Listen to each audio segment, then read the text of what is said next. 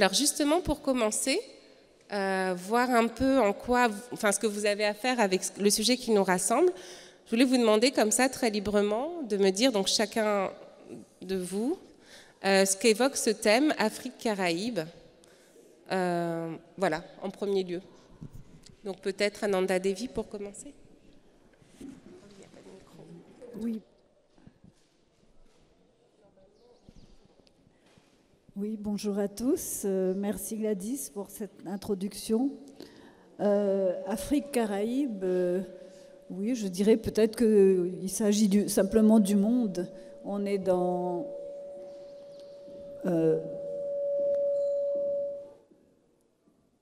Je viens de l'île Maurice, qui est vraiment un lieu où le monde s'est retrouvé réuni par les conditions terribles de la colonisation, et il faut dire qu'elle a été créée, cette population, par l'industrie du sucre et le commerce des hommes.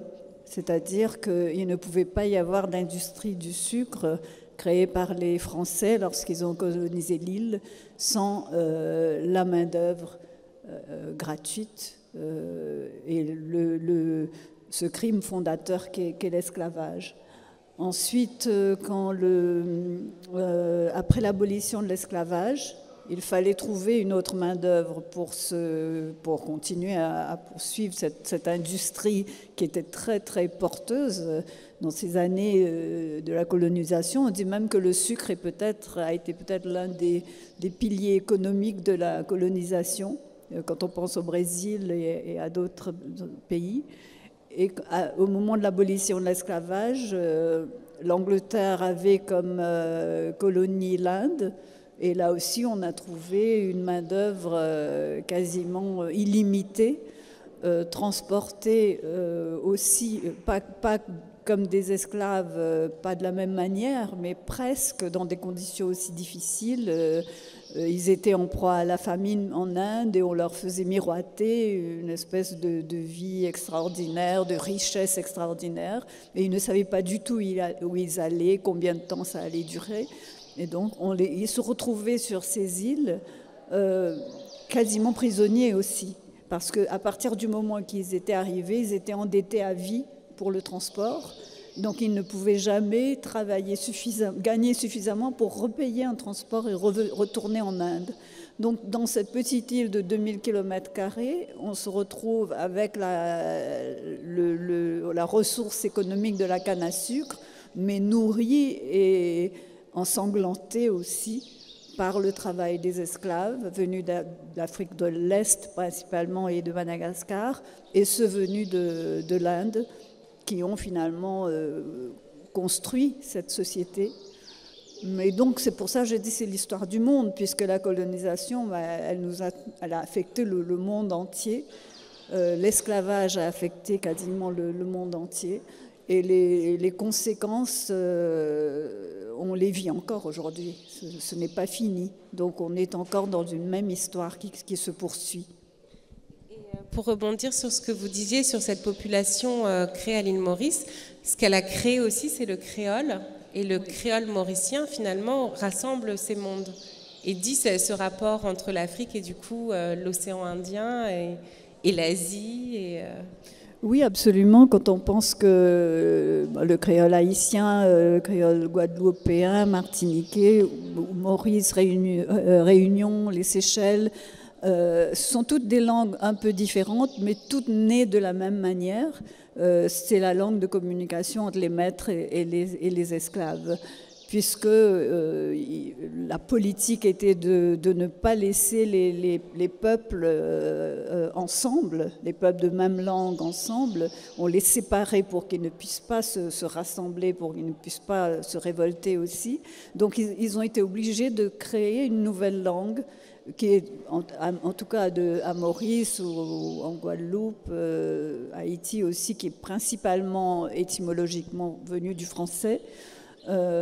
Mais c'est une langue à la fois qui réunit ces îles, qui réunit le peuple mauricien même parce que tout le monde parle de créole et qui est en même temps terriblement chargé d'une histoire tellement difficile. Mais juste pour l'anecdote, quand je mets des passages en créole dans mes romans, il arrive que l'éditeur dise oui, mais il faut peut-être des glossaires ou des notes de bas de page pour que les lecteurs français comprennent. Et je leur dis, c'est une langue qui est venue de la France. Elle est née de ce rapport entre les colons et les esclaves. Donc c'est aussi l'histoire des Français. Donc ils doivent quand même aussi faire l'effort de comprendre cette langue qui est née dans cette douleur terrible. Rodney Saint-Éloi sur cette question du créole, donc du créole haïtien que vous avez étudié. Qu'est-ce que vous voyez comme lien à faire avec ce que vient de dire Ananda Devi? Oui, mais merci Ananda. En fait, à parler avec l'esclavage, parce que je pense que ça a été un moment de déracinement. Mais la figure de l'Afrique chez nous, c'était d'abord, en fait, le rejet, puisque le mot africain, dans mon enfance, c'était pratiquement une injure. Quand vous dites de quelqu'un qu'il est africain, c'était comme... Et puis, même dans l'imaginaire que nous portons dans la langue créole, et qu'il y a un petit proverbe qui dit, une espèce de vérité qui dit « Depuis la Guinée, nèg ap trahi nèg ». Depuis la Guinée, les nègres sont en train de se trahir. Donc toujours, en fait, la méfiance. Et la langue créole, c'est toujours une langue c'est comme une sous-langue. C'est jamais considéré comme une langue. C'est la langue des Noirs. La langue des élites, c'était vraiment le français, jusqu'à ce qu'il y a un proverbe créole qui dit « Parler français, pas veut dire l'esprit ». Parler français ne veut pas dire l'esprit, être intelligent. Et aussi sur un plan même symbolique, pour draguer en Haïti, si on commence par le créole, on échoue.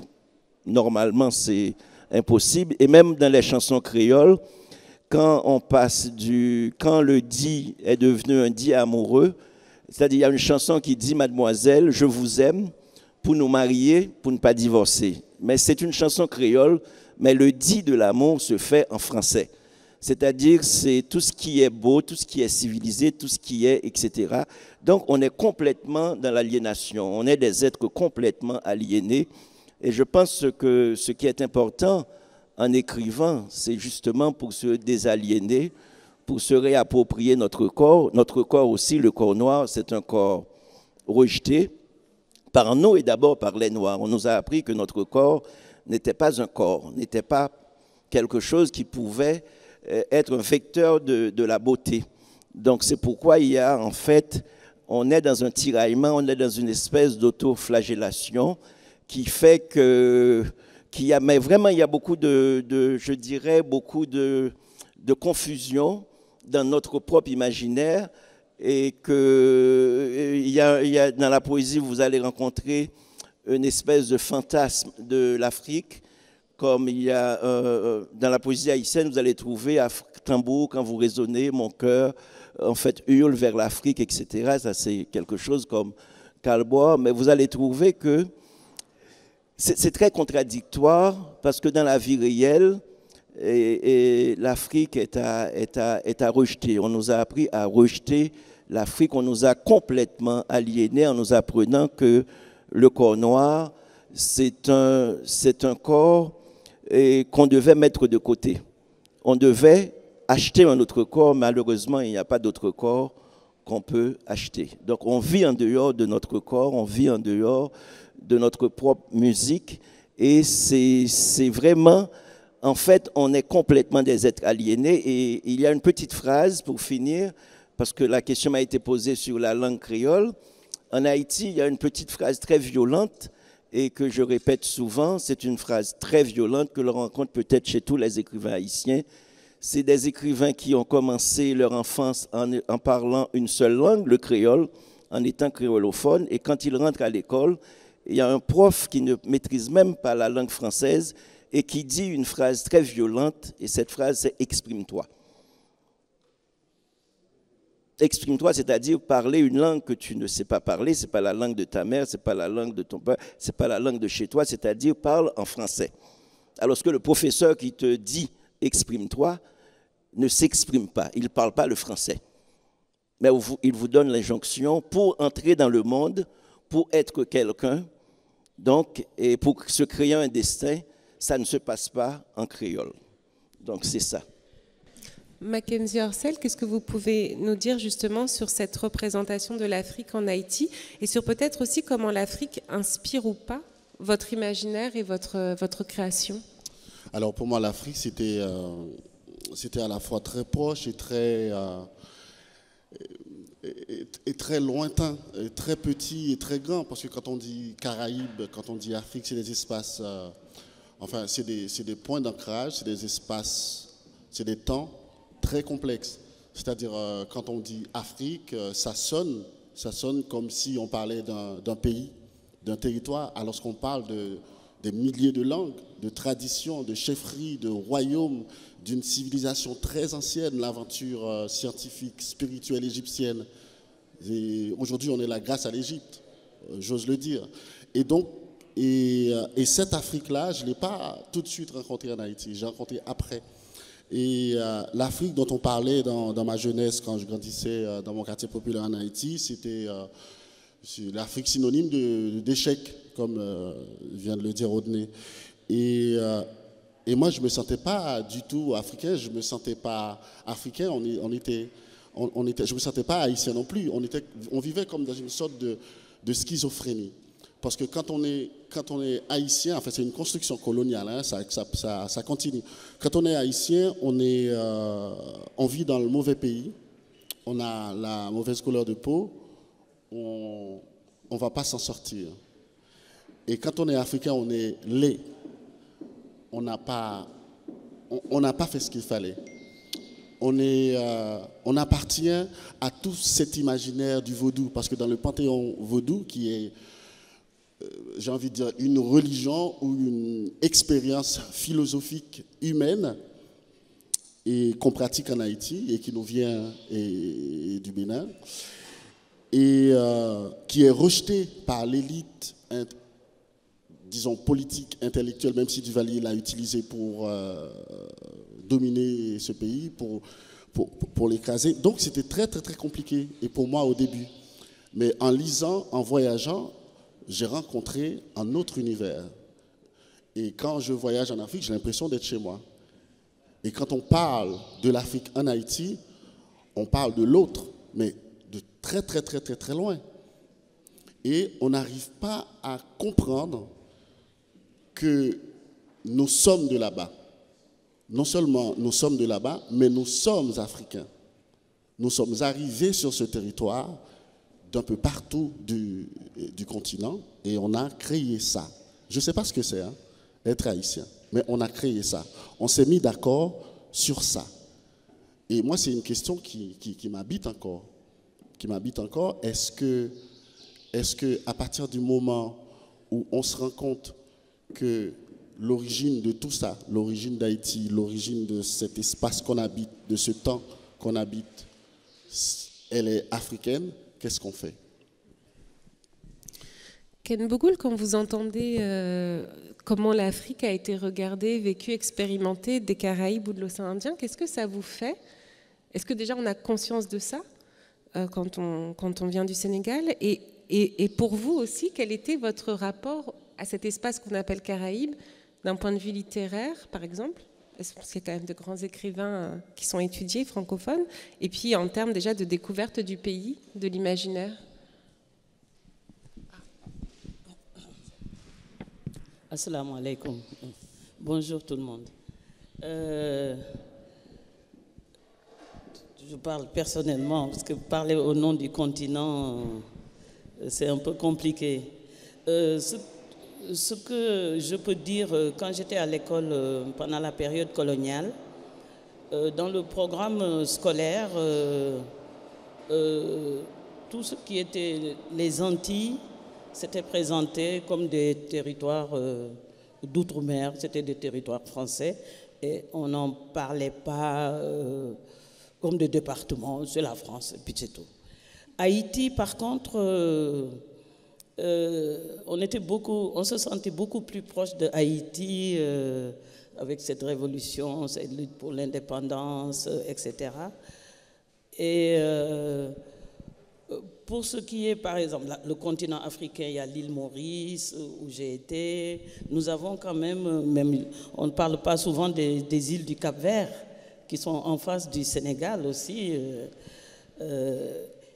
Et la première fois que je suis partie en Europe, quand j'ai vu des Noirs, bon, même s'ils étaient métissés, à l'époque c'était la mode afro, et je voyais beaucoup des Antillais qui avaient des grosses têtes afro. Et quand moi je les rencontrais, je disais c'était des frères, c'était des Noirs, etc.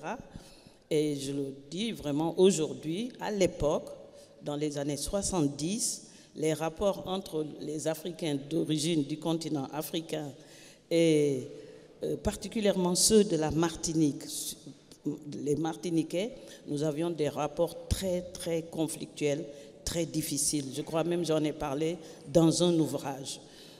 Ils ne nous aimaient pas et nous, on avait réagi en leur donnant même un nom qui c'était Mahatiembe. Donc on ne disait pas les Martiniquais, on disait les Mahatiembe. Et eux, quand on les rencontrait dans le bus ou dans les trams ou dans le métro, moi à l'époque j'étais en Belgique, quand je suis venue en France, dans le métro et tout ça, ils s'éloignaient de nous, on ne se saluait pas. C'était vraiment très conflictuel. Mais après, avec les voyages, avec la littérature, dans les salons du livre, on a commencé à rencontrer des auteurs de Guadeloupe, de Martinique, mon grand ami Raphaël Confiant et tout ça. On a commencé à tisser des liens à travers vraiment la culture, la littérature. C'est ça qui nous avait rapprochés. Mais déjà dans le pays, au Sénégal, à partir de la rencontre de Senghor, Césaire et Damas, ça a donné une autre quand même vision, ouverture sur l'Afrique.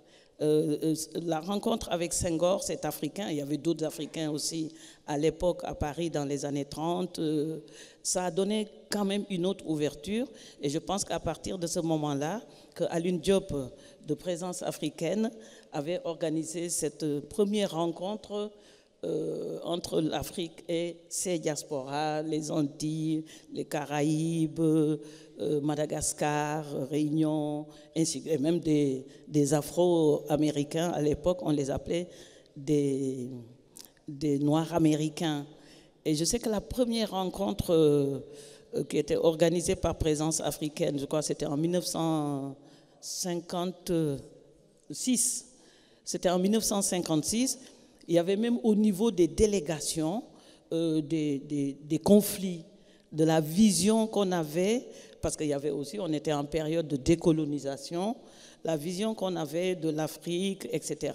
Le continent africain était dans les mouvements de décolonisation, les Noirs américains étaient dans les combats pour les droits civiques, et puis ils ont eu même des problèmes avec James Baldwin, parce que pour les États-Unis, cette rencontre entre Noirs des États-Unis, de la diaspora Caraïbes, Antilles et le continent africain, la CIA pensait que c'était même un complot qui était en train de se faire entre l'Afrique, ces Noirs américains et tout, un complot à partir de la négritude, alors que les autres étaient dans se décoloniser. Donc déjà, il y avait des petits malentendus. Je crois qu'ils ont même fait une deuxième rencontre à Rome, parce qu'une rencontre était à la Sorbonne, l'autre était à Rome pour un peu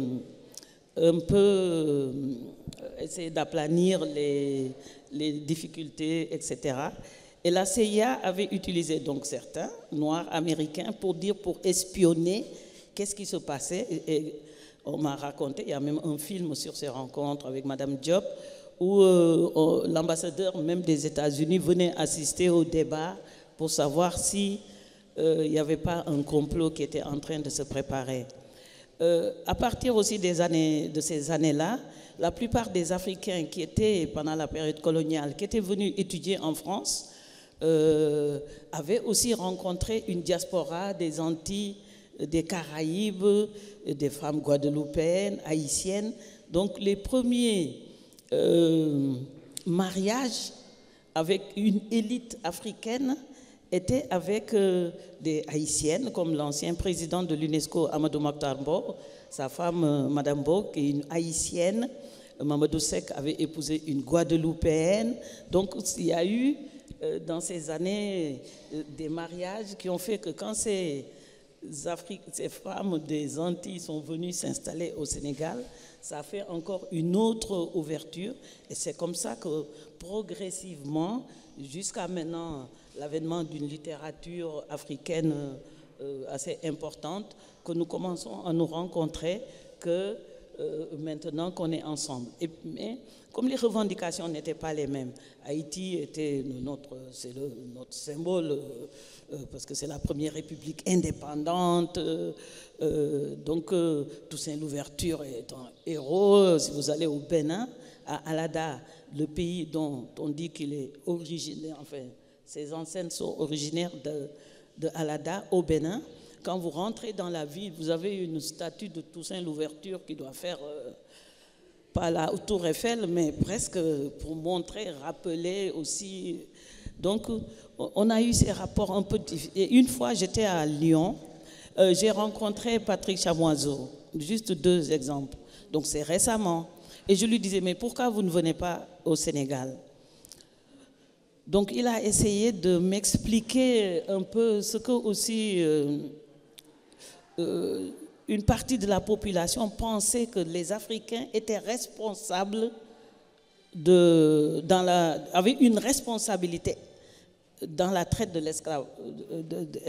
l'esclavagisme, que nos ancêtres avaient vendu leurs ancêtres, etc. Aux États-Unis, une fois j'étais au département d'État, on discutait aussi des relations entre l'Afrique et les Afro-Américains.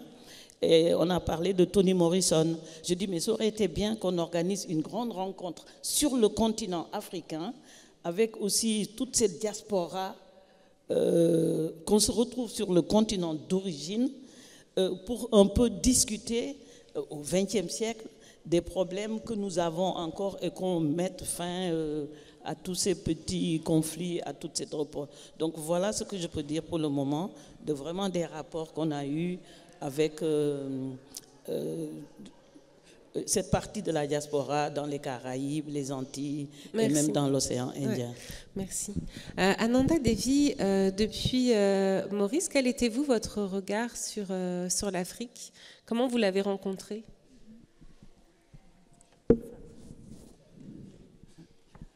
Alors oui, je reconnais beaucoup dans ce que dit Ken, parce que notre génération, en fait, quand on étudiait la littérature au collège, au lycée, c'était toujours, enfin là je parle des années 60, hein, c'était toujours la littérature française et anglaise, classique.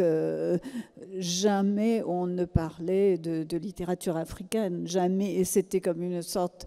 ce n'était même pas une omerta, ils n'y pensaient même pas. Le système scolaire était tel que tout le cursus, tous les livres étudiés, c'était toujours des livres européens. Donc l'image que moi je recevais et que j'écrivais depuis toute jeune, vraiment depuis l'enfance et à l'adolescence, j'ai vraiment pris conscience de l'importance de l'écriture pour moi, mais c'était toujours... à travers une image du monde, de l'univers qui était étranger au mien. Donc il y avait une sorte de décalage, de disparité entre ce que j'écrivais et ce que je lisais et ce que je voyais autour de moi, qui était une île Maurice très pauvre au moment de l'indépendance. Elle a été indépendante en 1968. Et il se trouve que, bon, je l'ai raconté dans un livre récemment, De Mal et une marmite, que vers l'âge de 15 ans, comme mes sœurs et moi, on allait beaucoup à la bibliothèque de l'Alliance française pour emprunter des livres. C'était quasiment notre seul loisir de vacances. Il n'y avait pas de télé, certainement pas d'ordinateur, etc. Et là, dans une petite, dans un rayon, mais vraiment presque caché, je vois toute une série de livres d'auteurs dont je ne connaissais pas du tout les noms. Donc il y avait Saman Ousmane, je vais peut-être me tromper, mais Amadou Kourouma, il y avait donc tous ces auteurs Chinua Achebe, et très, très étonnée par ces noms que je ne connaissais pas du tout. Donc j'ouvre en premier le livre de Kourouma, Sous le soleil des indépendances, et ça commence, mais avec un paragraphe, une longue phrase où il parle de lorsque cet homme mourut, son ombre s'échappa et retourna dans son village pour aller annoncer sa mort. Et c'était comme une espèce d'illumination, à la fois de l'image de cet homme mort qui va annoncer sa mort, sa propre mort au village, mais aussi la langue. C'est tout de suite avec une langue qui fustige ce français classique qu'on avait toujours eu l'habitude d'étudier à Maurice. Et j'ai lu, je suis restée là, assise, accroupie, à lire, et puis j'ai emprunté les livres, je les lus, j'ai tout emprunté, tout lu, et soudain, cette littérature dans une langue française, mais dans une langue étrangère aussi, un français qui était complètement bousculé et aussi magnifié par d'autres images, d'autres univers, d'autres manières d'utiliser, m'a ouvert les yeux sur ma propre île.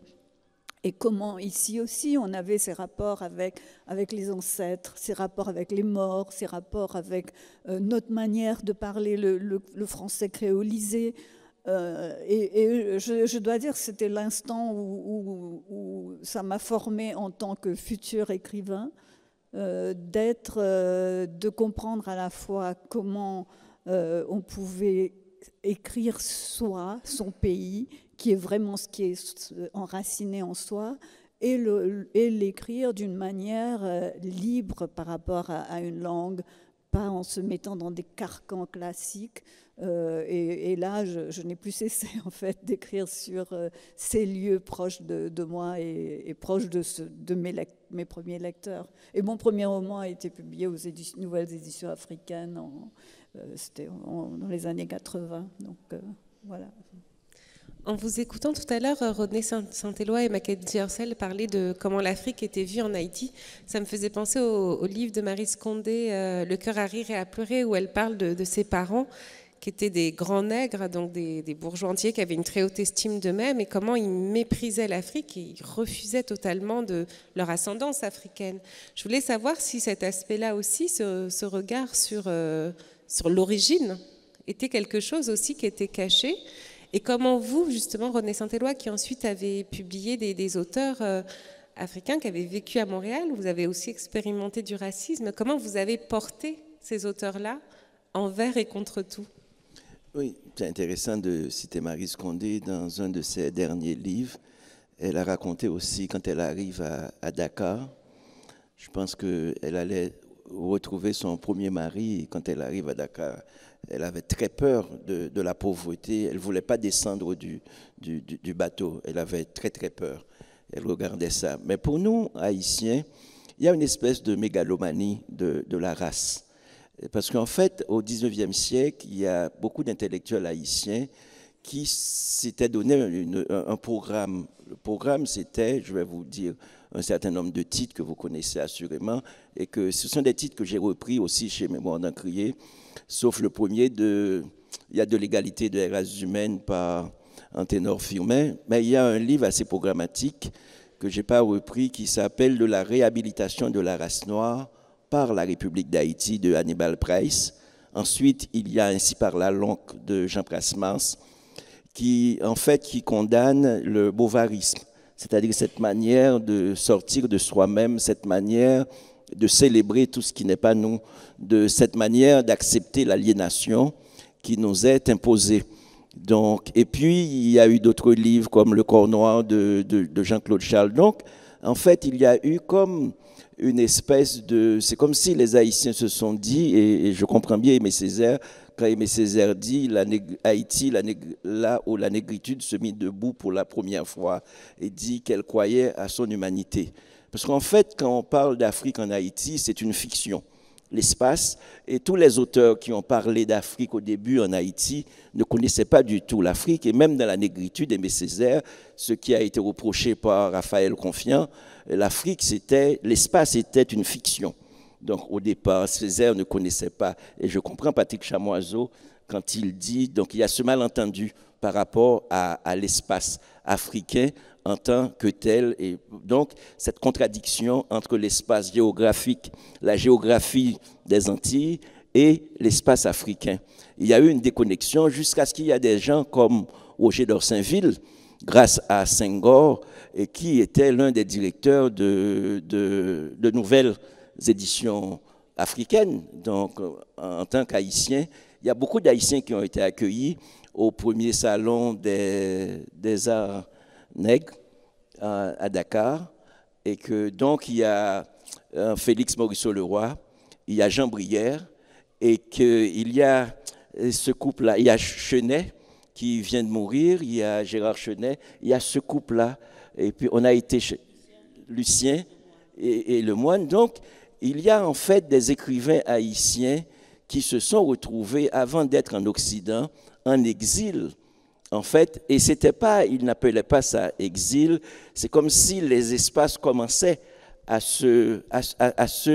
il y avait une distorsion de l'espace africain, et grâce à ces écrivains-là, l'Afrique était pour nous, en fait, réelle. Et dans le corpus haïtien, il y a tout un rayon africain. Beaucoup de textes sur Gorée. Jean Brière a beaucoup écrit sur l'Afrique, Morisseau-Leroy. Et c'est là qu'on a pu retrouver, en fait, cette espèce de retour à la matrice, retour à l'origine. Donc, il y a une obsession dans la littérature haïtienne qui n'est pas celle d'écrire Cahier d'un retour au pays natal, qui est celle du retour, du retour à la terre-mère, que l'on retrouve beaucoup dans la poésie haïtienne. Donc c'est assez, je veux dire que pour nous autres Africains, et puis en même temps ce qu'on s'est rendu compte, on s'est rendu compte qu'on est noir, on ne peut pas être autre chose que noir. Donc, et c'est-à-dire qu'on ne peut qu'assumer, parce que nous, en tant qu'Haïtiens, on est dans une impasse raciale, on est sur une île, et puis on se rend compte qu'on vit en Amérique. À côté, c'est République dominicaine, avec l'espagnol. Donc, en fait, je pense que malgré les élites, il y a une histoire décoloniale qui s'est faite et par le peuple. Avec Félix Morisseau-Leroy, qui commençait à dire avec Diacout, en introduisant la langue créole. En fait, beaucoup de gens pensent que la littérature haïtienne se fait en français, mais il y a une bonne part de la littérature haïtienne qui se fait en créole, et surtout par la chanson. Donc, il y a en fait beaucoup d'écrivains aussi qui se détournent de la langue française, qui écrivent en espagnol, qui écrivent dans beaucoup d'autres langues, en anglais, comme Edwidge Danticat. Donc, il y a un retournement, une véritable vision américaine de l'haïtien, de l'être haïtien, qui vit un procès de créolisation qui fait qu'il y a une connexion grâce aux vagues migratoires successives, une connexion avec divers pays comme le Canada, comme les États-Unis, comme l'Espagne, comme la France et comme le Sénégal, un petit peu partout dans le monde, il y a un Little Haïti. Et ça nous aide à garder une connexion, je dirais, assez contemporaine, à vivre une contemporanéité qui fait qu'on puisse développer des relations malgré la catastrophe intérieure de l'espace haïtien. Sur ces différentes géographies auxquelles Haïti est rattaché, est-ce que c'est quelque chose qui vous inspire et qui, par exemple, se retrouve dans cette trilogie que vous êtes en train d'écrire, hein, si c'est bien une trilogie, Amérique, Caraïbes, alors il n'y a pas encore Afrique, mais... Haïti, la France, les États-Unis. Alors pour rebondir à ce que disait Odné, qui est pour moi très, très important. Moi, je pense que la conscience d'être africain est là en Haïti. De temps en temps, elle s'estompe, elle laisse la place à autre chose, parce que quand les Américains ont débarqué en Haïti en 1915, des penseurs, des intellectuels, des poètes ont créé une école qu'ils ont appelée l'école indigéniste. L'école indigéniste, c'était une réponse ferme à l'impérialisme américain en Haïti, à l'occupation. Et donc, cette école prônait le grand retour, le retour à la mère patrie, à l'Afrique, à l'origine. Et je pense que c'est un mouvement qui a été très important dans la vie des Haïtiens à l'époque. Et par rapport à cette idée de trilogie, je pense que l'homme que je suis, le citoyen, l'être que je suis, a été façonné par ce triangle. Parce que l'histoire est là, le confluent de ces histoires, de ces mémoires est là, et c'est-à-dire Haïti, ancienne colonie française, et donc la relation existe, la relation franco-haïtienne, l'histoire continue, et anciennement colonisée, occupée par les Américains, l'histoire est là, ils sont toujours présents, et aujourd'hui, ils sont presque partout dans les affaires intimes du pays, et politiquement, socialement, économiquement, ils sont très présents. Et j'avais envie de justement questionner ce triangle, Haïti, France, États-Unis, et à chaque fois donner à voir l'histoire sociale, politique du pays et les rapports que ce territoire-là, ce pays-là, cette mémoire-là entretiennent avec les autres. Et donc, une somme humaine, enfin, l'ombre animale, qui est le premier volet, justement, retrace l'histoire d'Haïti du présent au passé vers une certaine renaissance. Pareil pour une somme humaine qui reprend l'histoire sociale de la France et montrer combien ce sont des territoires hyper compliqués, hyper complexes, parce que habités par des imaginaires venant de partout, et qui s'affirme de plus en plus, et traversé par des débats assez brûlants, l'immigration, qu'est-ce qu'être une femme, un noir, un juif dans ces sociétés-là, et aussi les types d'économies qu'on développe dans ces sociétés-là qui ne cessent pas d'écraser l'humain. Et voilà. Et le troisième volet, ça va être pareil, l'Amérique dans toute sa splendeur, avec tous ces rapports qu'elle entretient avec le reste du monde. Oui. Juste pour rebondir là-dessus, c'est que Maurice, c'est une situation quand même assez différente à cause de sa diversité de population, qui a fait que la présence de l'Afrique et du créole a été, à l'intérieur de Maurice même, rejetée et refusée, oubliée. Ça a été une mémoire oblitérée pendant très très longtemps, et ce n'est que tout récemment qu'il y a une partie de la population qui se dit on va essayer de retrouver ses racines, alors qu'on est plus près physiquement, géographiquement de l'Afrique, on fait partie de l'OUA, mais la présence indienne est très forte, et donc il y a une sorte de hiérarchie qui s'est établie, qui fait que les gens d'origine indienne préfèrent se tourner vers l'Inde plutôt que de parler de ce qu'il y a de la proximité entre l'Afrique et le continent africain et l'île Maurice. Et le créole lui-même n'est enseigné que depuis moins de 10 ans. Donc ce qui fait que les jeunes mauriciens n'ont pas le créole comme une langue littéraire. Donc pour créer une littérature en créole, il y a beaucoup d'auteurs qui écrivent en créole, qui commencent à le faire. Moi aussi, j'ai écrit en créole. Mais il y a aussi une espèce de revalorisation de cet espace, de cette mémoire, de cette langue, de ces langues qui nous ont tous nourris, qui est quelque chose que j'essaie vraiment dont je parle, mais d'une façon peut-être plus subtile dans mes livres, pas directement, mais je trouve que avec la présence de l'Inde, la présence aussi des de l'Occident, de la France, de l'Angleterre, de la Chine aussi maintenant.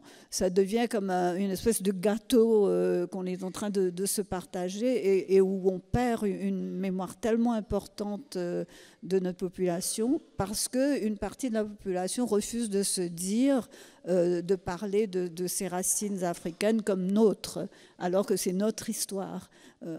On essaie de se rattacher à un passé mythique vers l'Inde, vers la Chine, vers l'Europe, sans se rendre compte que tout ça a créé quelque chose qui s'appelle le mauricien et qu'on n'a pas encore fait ce pas vers la réappropriation de l'Afrique comme notre force culturelle aussi, qui est très importante à l'intérieur de nous tous.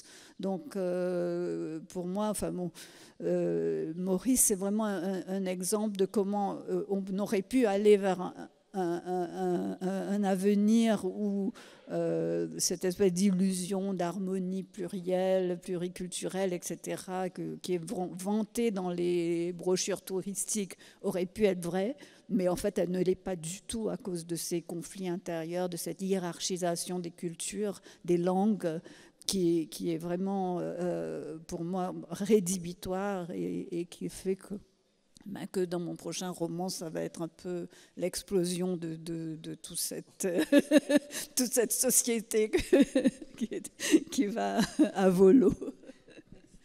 Peut-être pour finir avec Ken Bougoul, parce que je ne suis pas sûre qu'on aura le temps de faire des questions. Tout à l'heure, vous commenciez à parler d'un avenir plus ouvert, où il y aurait un dialogue construit, nourri entre l'Afrique et les Caraïbes, après ces années de division. Est-ce que la jeune génération d'écrivains que vous côtoyez au Sénégal ou ailleurs en Afrique vous semble être porteuse de ça, d'une vision du coup plus créole, si je peux me permettre, du continent africain? Oui, ce qu'on voit aujourd'hui, je voulais revenir rapidement sur ce que Ananda disait, l'île Maurice nous est beaucoup plus proche que Haïti, la Guadeloupe ou la Martinique, et pourtant, comme je suis contemporaine avec les nouvelles générations, nous sommes beaucoup plus proches de Haïti, de ces espaces éloignés que de Maurice, qui est vraiment à côté de nous. On peut y aller même à la nage, à la limite. Et donc, dans la création littéraire, artistique, plastique, etc., on voit que les imaginaires au niveau des jeunes générations rejoignent beaucoup plus ceux des Caraïbes que l'autre partie de l'Afrique, comme Madagascar et l'île Maurice. Madagascar, c'est la même chose dans ce qu'elle disait. Il y a une hiérarchisation selon le type de métissage, parce qu'à l'île Maurice, la communauté indienne, elle est présente, elle est là, visible dans ses rituels, etc. Alors que Madagascar, c'est un métissage qui fait que la hiérarchisation, c'est soit on est métissé avec l'européen, avec le français, métissé avec Mélanésie, métissé, etc. Et à partir de ça, il y a une catégorisation, et j'ai trouvé ça vraiment très, très, très, très dommage. Maintenant, les nouvelles générations, dans tout ce qui est créativité, de littérature, etc., peut-être nous vivons un monde où nous sommes tous concernés par les mêmes problématiques. Même nous le voyons, même en restant sur le continent, avec l'Afrique du Nord. Moi, dans les années 60-70, quand j'étais en Europe, on avait aussi le même type de rapport avec les gens qui venaient du Maghreb qu'avec les Mahachembe. On les appelait Mahachembe, c'est méchant maintenant, on ne le dit plus. Donc c'était les Antillais qui étaient les Mahachembe.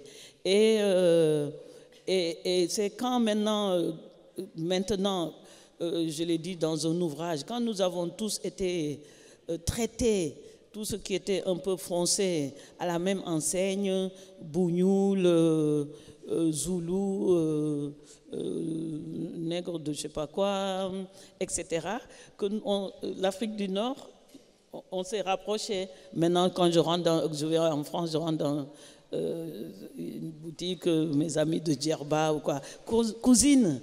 Maintenant, je suis cousine. Maintenant, parce que nous sommes confrontés aujourd'hui face au racisme, où on met tous ensemble, métissés, vous êtes un peu foncés, etc.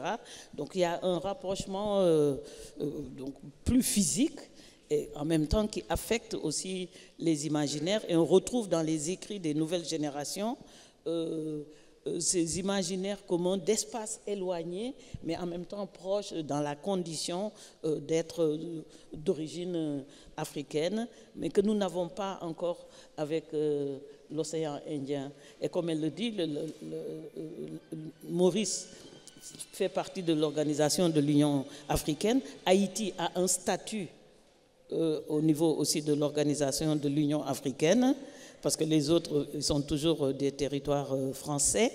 Donc on sent que, mais c'est en train de venir, il y a beaucoup d'échanges, mais toujours à travers la culture et l'art.